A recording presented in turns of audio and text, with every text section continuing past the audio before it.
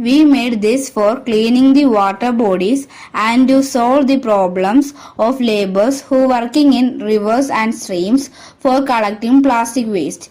To collect floating plastic waste from rivers, streams and other water bodies, aiming to reduce pollution and prevent health issues caused by contaminated water sources.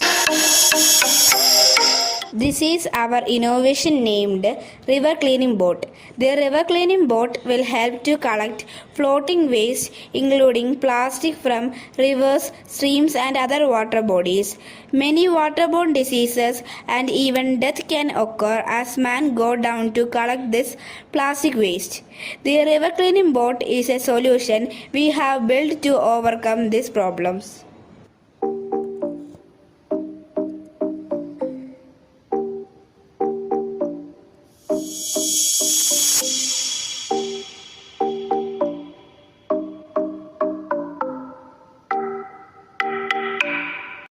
When the first switch is turned on, a red light can see inside the boat. Then with the help of remote, we can move the boat forward, backward, left and right.